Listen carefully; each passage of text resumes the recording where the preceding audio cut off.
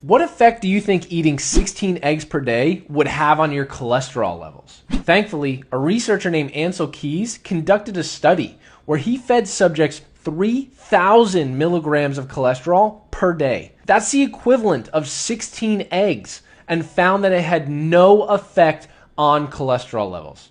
So, why do our doctors and individuals still believe that the amount of cholesterol we eat in our diet has an effect on our own blood levels of cholesterol?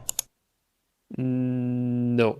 Oh boy, let's open up Pandora's box. This will probably be the only video you will ever have to watch about egg consumption and their effects on our health. We will be looking into the factors and why people's blood lipids or blood fats are affected differently with egg consumption. And I will explain to you why that is in just a minute. But before we do that, I want to point out something really crucial. I can cite one study to nearly back up anything I want to say. What we truly are interested in, however, is the totality of evidence. So be very mindful and cautious of people that just show you one study on any given topic and neglect all the hundreds of studies done on this topic.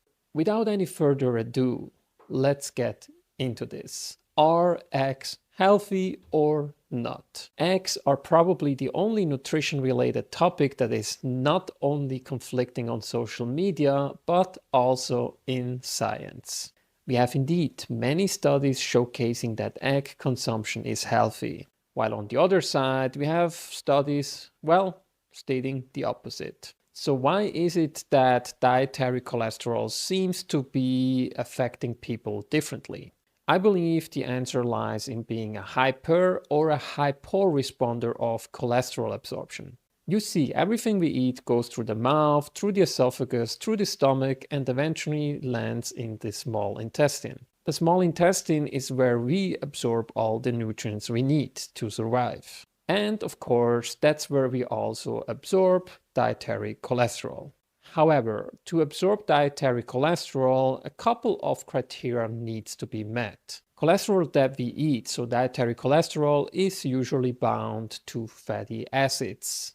That cholesterol is called cholesterol ester. And we have enzymes called lipases, for example, that can chop apart that bond and make free cholesterol out of it. And only free cholesterol can be absorbed. That's the first criteria. The second criteria are the receptors that allows us to absorb dietary cholesterol. One of those receptors is called the Niemann-Pick C1-like-1. That's the receptor that allows us to take cholesterol into the body. On the other side, we also have a receptor that allows us to get cholesterol out of the body if needed. And those receptors are called ATP binding cassette transporter G5 and G8. So why is that important? Imagine you having genetics that don't allow you to build many Niemann-Pick C1-like-1 receptors. So the receptors that allows us to get dietary cholesterol into the body. If you don't have many of these receptors or any of these at all, guess what? You cannot absorb dietary cholesterol, and you can probably get away by eating many eggs. On the other hand, if you don't have many of these ATP binding cassette transporter G5 or G8 receptors, guess what? Your body cannot really excrete cholesterol. Hence, it builds up, and the only option to get cholesterol out of your body is being left in the hands of your liver. Your liver can put cholesterol into a bile and excrete it through the small intestine and, well, you poop it out. But if there's a lot of buildup within your body of dietary cholesterol, guess what? Your blood lipids can go up as well. Now, what are the chances that you are one of these hypo responder or hyper responder? I'm glad that you asked, because there's actually a test you can do. You see, plants have something called plant sterols. The most common plant sterols are cytosterol, stigmasterol, and campestorol. Our Niemann-Pick C1-like-1 receptors has the ability to recognize those plant sterols as well. Although the ability to recognize plant sterol is not that sufficient as recognizing dietary cholesterol. But still, if you take a pill that is really concentrated in plant sterols, you can check for their levels in your blood. Hence, how you can do a test. Because if you take a pill and a lot of these plant sterols lands in your blood, chances are you are one of those hyper responders and you should indeed be very cautious of your dietary cholesterol and probably start avoiding eggs or just limit their consumption. On the other hand, if you don't absorb any of these plant sterols at all, chances are you are a hyporesponder. But even then, if you are a hyporesponder, always make sure that you have optimal blood lipids. While LDL is a good marker for cardiovascular health, an even better marker is ApoB. ApoB is a better marker and predictor for cardiovascular diseases, even better than LDL. Enough of the chit chat, let's look at some evidence because, as I always like to say, big claims need big evidence. Of course, these receptors are not new to science, as this paper called New Insights into the Genetic Regulations of Intestinal Cholesterol Absorption shows. Now let's look at a study looking at plant sterol absorption. This study, released in 2020, looked at the genetic variability in the absorption of dietary sterols and their effects of the risk of coronary artery disease. They looked at over 3,000 humans. And to summarize the results, they indeed show that people that tend to take in more phytosterols, phyto is another word for plant sterols, are at higher risk for coronary artery disease.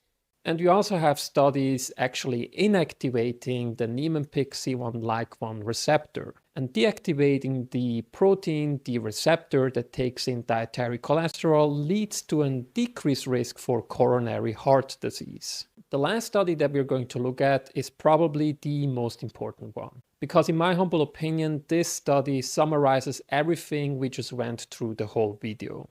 This systematic review and meta-analysis of randomized controlled trials didn't just look at egg consumption on blood lipids, but it went even further. They included 28 studies with over 1,700 participants.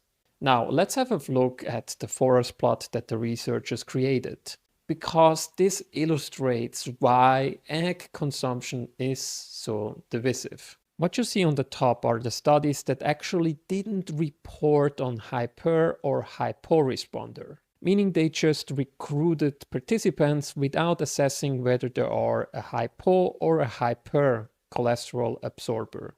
And you can just see, looking at the dots, that it's pretty much all over the place. If we focus our attention on hyper responders, we can see that LDL shoots up within those people, while basically the LDL levels in hyporesponders are not affected or even just slightly go down. Are eggs healthy for you? The answer is, it depends. I really hope you enjoyed this video and you learned a lot. And please always fact check videos you come across on social media. And of course, I'm no exception to this rule. This is why I always cite the studies during the videos to back up my claims. Something that, in my humble opinion, more people should be doing on social media. What are your thoughts about this topic? Feel free to let me know in the comment section.